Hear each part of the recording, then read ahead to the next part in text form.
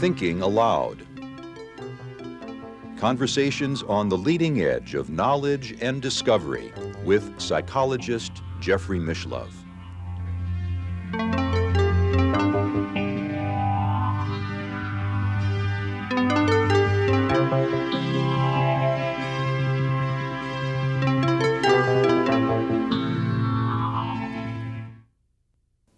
Hello and welcome. Our topic today is evolution. Evolution in the biological sense, in the personal sense, and evolution in the cosmological sense. And my guest is Arthur M. Young, the inventor of the Bell helicopter, philosopher, cosmologist, author of the Reflexive Universe and the Geometry of Meaning. Arthur, welcome to The Mind's Eye. Thank you. It's a pleasure to have you here. We're going to begin our program today with an excerpt from a documentary about you, talking about evolution, made by our co-producer, Arthur Block. Let's look at that now. As an animal, you're exploring the possibilities of different kind of tools. A woodpecker, an elephant, endless varieties. The senses of animals are remarkable. An owl uses radar. A bat uses sonar. But man isn't very good at any of these specialties. He makes up for it by making tools. He moves from being something to having it. In other words, instead of being a bird, he can have the use of an airplane. Or instead of specializing in rapid running, he can get an automobile. He doesn't specialize anymore. And that means his being is freed so that it can devote itself to, shall we say, metaphysics. There's something beyond the immediate needs of sustaining himself. Well, what kind of evolution is that? It's not accounted for by Darwinian evolution. It's not accounted for by evolution of species.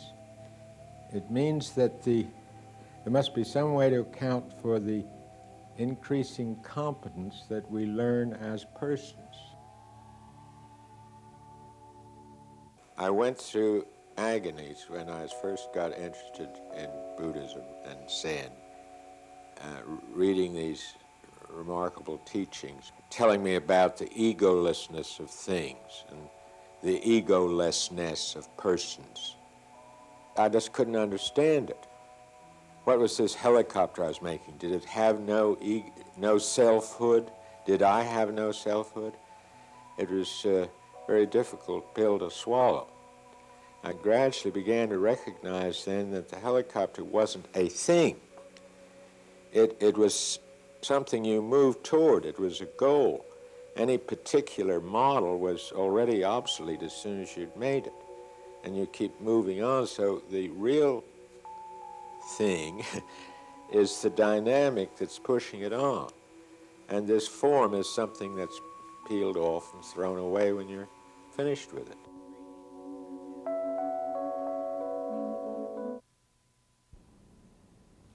Arthur, when you think of evolution now, you tend to go back even beyond biological evolution, back to beyond the atom, beyond the molecule, don't you? Well, the whole point of my effort to deal with the problem is to look at the grand sweep of evolution.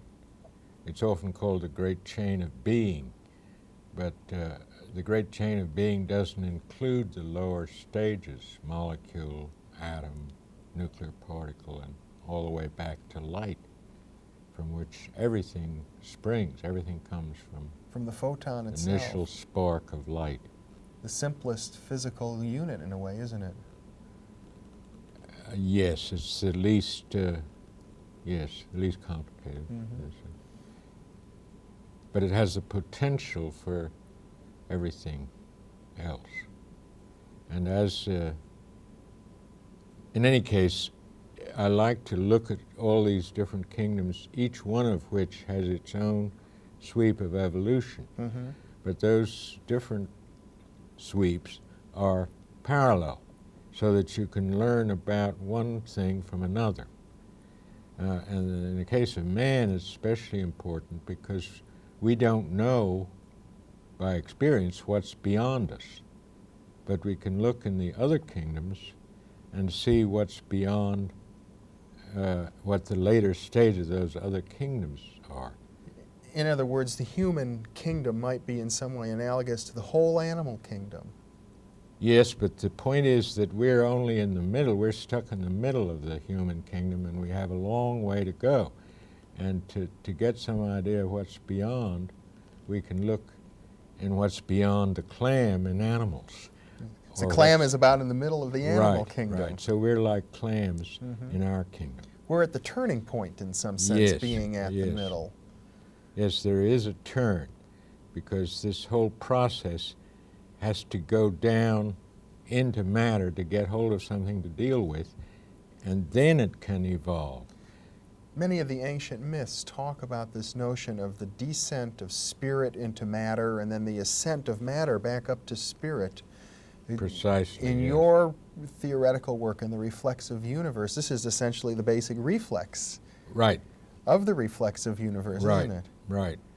The turn and the turning point, which is in all the old myths, and that was one reason. In fact, I was able to draw as much from the myths as from science, but science gave invaluable details. The whole sweep was given by the myth. Could we talk a bit about the notion of the descent of spirit into matter, and as you see it in this grand evolutionary cosmological scheme? Well, would you like to talk about a myth, for example? Well, or how do you see it with the science involved as well? Well, you can see it in science, but if you have the myth as a clue, it helps. Okay. Take the Egyptian myth, where the Set, who is the equivalent of our Satan, determines to bring about the fall of Osiris. Osiris is the god that represents man. Yes. And he prepares this beautiful casket, which is already fitted to Osiris, and then at the party, which he gives for all the gods, they all dance around, and he offers it to whoever it'll fit. So they all get in, and it doesn't fit any of them until Osiris gets in, and then he clamps on the lid and bolts it fast, and it's sent down the Nile. That is a description of the descent of the monad. He got tricked. Right. And there's another one in Pluto catching Persephone when she's picking flowers. Drags her down into the lower world. Into the underworld. She has to reign half the year. But if you go into the detail of those myths, you find the same things that happen in evolution. You look puzzled. Well, I look puzzled. I'm trying to picture how that works in evolution, Arthur. Well, the whole point of the theory is to get something definite to work with. And the stages of the process of evolution are this definite thing. And the first hint of those I got from the myths. They all have the fall right at the beginning. Like the fall of Adam. The fall of Adam, and the sort of Garden of Eden, like the party, do you see? Yeah. And then comes the tree. The tree seems to occur in all these myths. And I equate it to the stage in man when we begin to develop self-consciousness. Because until they ate of the tree, they weren't aware that they were naked even, you see. Remember, they put coats of skin on after they ate the fruit of the tree. And that's part of this process of self-consciousness, which comes in at the third stage. I mean, somehow, if I can draw from what you're saying, it's as if some part of our spiritual essence got tricked to the point where now we find ourselves in these bodies. In a way, it is a trick, but it also is a necessary plan in order for our benefit. We might say we're going to school in life, and you'd have to be tricked to get you to go to school. The Popol Vuh myth of the South Americans sounds very much like that, because they failed to pass their initiations, and as punishment, then they have their heads cut off and stuck in the tree again. That's another version of it, but it gives more this. Originally, they were playing ball and having a good time, but they were called by the owl messengers of the gods to come and take their initiations, and they didn't pass, so then they had to suffer the world. So we're like those that didn't pass. Here we are, coming back for another lesson. Well, we don't pass because we haven't had the benefit of this. Whatever it is, it's a scale of evolution that goes on for hundreds of millions of years. Which exists in our very bodies. Right, our bodies themselves have evolved. And I think the Darwinian theory is correct in the sense that we're very close to the apes. But if you go back, you go into the Theosophical tradition, they tell in great detail how the ape bodies were improved to the point of receiving human souls. And there was a great deal there. And some of the souls refused to enter the bodies. And this was a tragedy all around, both for the apes and for the man, for the persons. But the fact that our bodies have evolved in a previous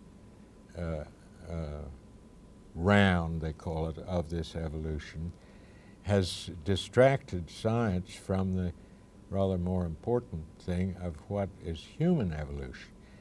See, human evolution, we haven't changed our bodies that much since the beginning of recorded history, or before that, even the Cro-Magnon man was very similar to the current man. Now let's go back to the great chain of being for a moment and just kind of trace that. We began to talk about the spark of light, the photon, and I think from there we began talking about subatomic particles, atoms, molecules. Then from molecules, where do we move next? Well, the molecules are the first things to make the turn. And they begin that by storing energy in what's known as polymers. Sugar, starch, all those things that we eat are polymers that store energy. And that's why we get complex carbohydrates. Right, but they store energy. Other molecules like salt and things like that don't. Crystalline molecules. Right. Don't quite. Things you couldn't eat don't store energy.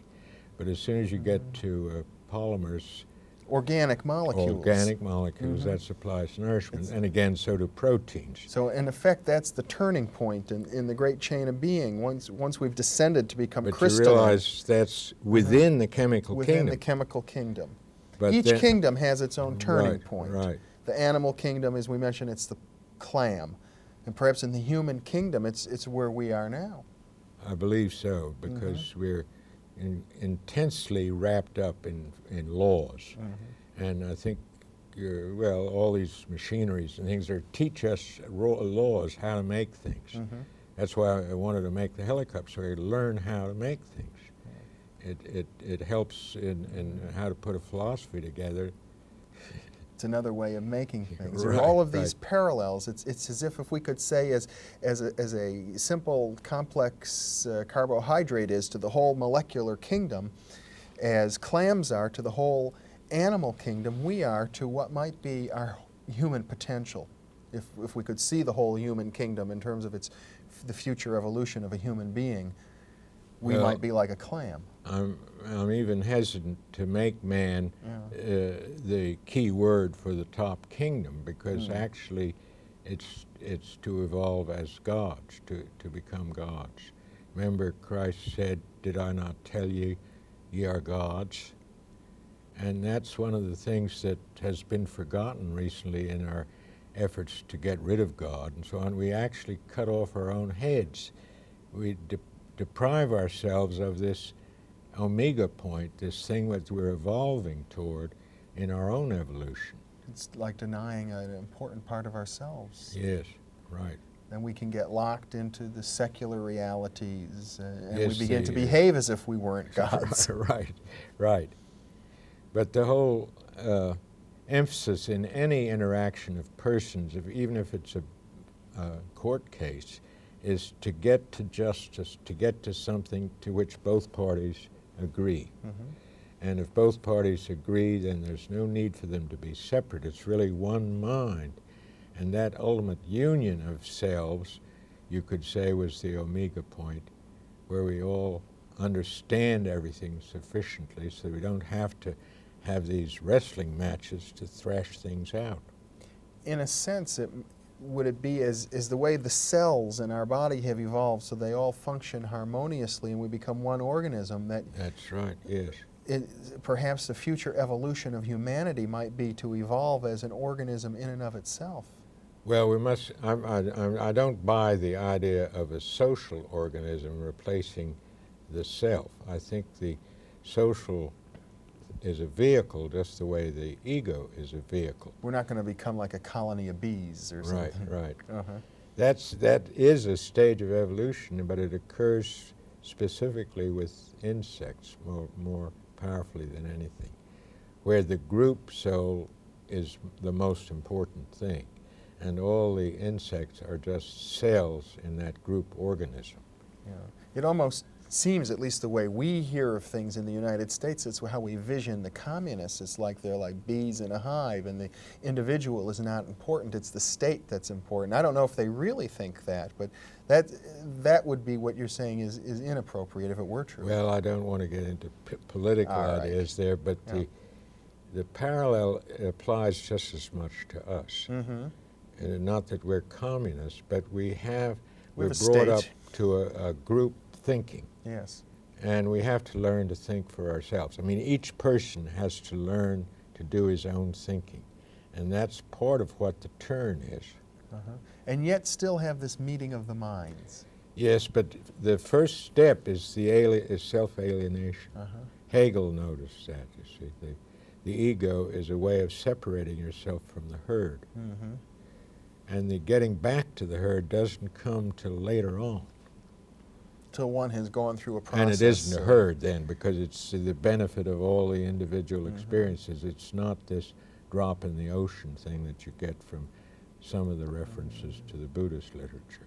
Let me come back at you from a different angle, Arthur. You helped build the helicopter. In many ways, it has changed our reality in massive ways. And there are other forms of technology that are changing the face of the earth. We're building highways. We're building electrical structures. We have electromagnetic systems, radio, television, telephones. It's almost as if we're acting like the little sub-organelles inside of a cell, building the structure of the cell. It's as if, in a way, these items are extensions of our muscles, extensions of our nervous system. It's like we're building a larger organism as we create our society. That worries me. I can't buy into that. I mean, America is more mechanized than any other country, and yet they're still very powerfully individuated. Mm-hmm. I think it's more that these machinery are tools,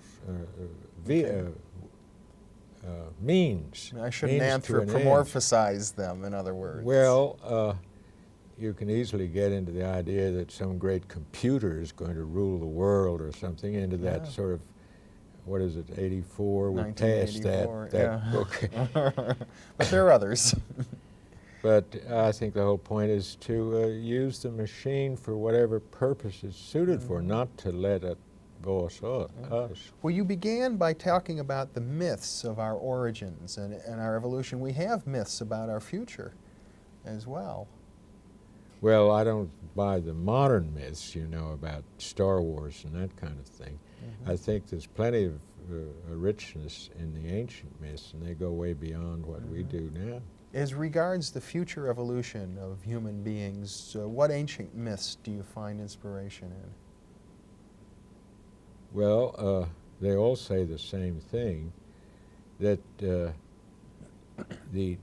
difficulties which occurred on the fall, that were the undoing of the participants. See, the Popol Vuh, the two brothers failed their initiation. Yes. Well, then let me go into the next stage. All right. Because the head of one of the twins is put in the calabash tamarisk tree. I have to get Egypt and South America correct. And then the Princess Ixquick hears about this and comes to pick the fruit of this tree. And the head spits in her hand and says, "That is my progeny, now I can die." And she goes home, and of course she's pregnant. Yes. But the father won't believe this story of how it happened, so he orders that she be executed. Sounds like a myth, all right. Well, the myth exaggerates everything, and it's so much so that you have to look for the deeper meaning. Yes. And she persuades the executioners to let her go and substitute the juice of the calabash tree for the blood, so which they do, and she gives birth to twins again, which have the same name as their father, and they conquer, they pass their initiations. And the piece I like the best is they become itinerant magicians. And then the 12 princes of Xibalba, who brought about this fall, hear about these magicians and invite them to come and perform. And they make the palace of the prince disappear and bring it back, and the little dog of the princes disappear and bring him back. And the princes say, "Could you make us disappear and bring us back?" And they say yes, so they make the princes disappear, but they don't bring them back. And then the twins become the sun and moon. That's the climax of this whole evolutionary thing. So beyond this stage, a couple of stages beyond us, is the power to deal with magic. At a deeper level, it sounds like what it's talking about is the classical cycle of rebirth. Oh, of course. Yeah. Of course, the fact that this rebirth is the whole... Death and rebirth, the development of higher powers, and eventually Right. sort of moving on to a whole other realm Right. of being, as you mentioned earlier, moving towards our godhood Right. in some way, the evolution of... Well, what I did want to say in connection with the whole... Most people think of evolution in terms of Darwinian evolution, Yes. the evolution of the species, and whether we were descended from apes or not. I would say they're missing the real point, which is not the physical evolution of our bodies, which has already occurred before we even took the bodies. Although you do point out that there's some real gaps in Darwin, not that you're a creationist. No, I'm not quite. talking Yeah, about yeah. Darwin at all. I'm Yeah. just talking about the idea that our evolution is physical. Yes. I want to come to the point of the evolution of Jeff Mishlove, the evolution of myself, the evolution of each one of us, which is not a question of species.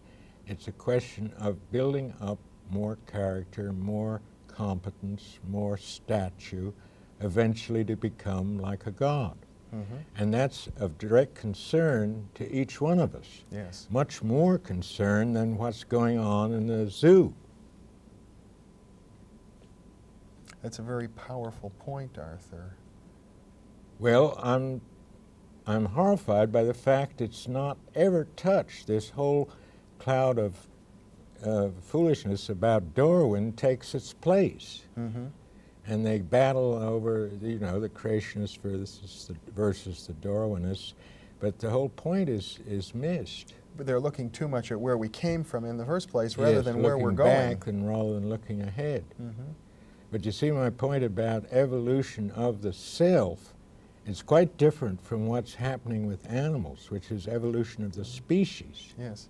Well, doesn't the whole notion of evolution of the self, or even evolution of species, somewhere lead you back to a question you must have pondered a great deal, which is, what is the purpose of creation at all? Why is there any existence? Well, that is a that's a $64 question. I think at the present prices it's way up to $640. That is a question we each have to ask ourselves. But to me, it's God wanting to know himself. We're told by the old myths that we are sparks of God, and we've been thrown out into the world to thrive for ourselves. And in this way, God becomes more evolved himself. Because without creation, God is sort of all alone. I don't know what God is, all right. but you can't have a comprehensive sense of everything without having some unity of meaning, significance. If you love, all those things has to be somehow unified, as is the universe. If it's running under certain principles, then it must be culminating in this unity. Well, Arthur, I would say, for anybody who's aware of your work and the books that you've written, if I were God trying to know myself, I would look to the books of Arthur Young. Oh, come on. Well, at any rate, I'm struggling along just like the rest of us. Yeah, but you've really addressed those deep, profound issues. I don't mean to sound like a flatterer. There's something underneath what I'm saying. Because it's wonderful fun. It's the most exciting thing there is. I was very excited when I flew my own helicopter. It was very invigorating. You were just sitting in a chair and floating around in space. You could go anywhere you wanted. But I'm even more excited when I discover these secrets of the universe. Yeah. Well, Arthur Young, it has been another pleasure sharing this program with you. Thank you very much for being with me. Right. And thank you very much for being with us.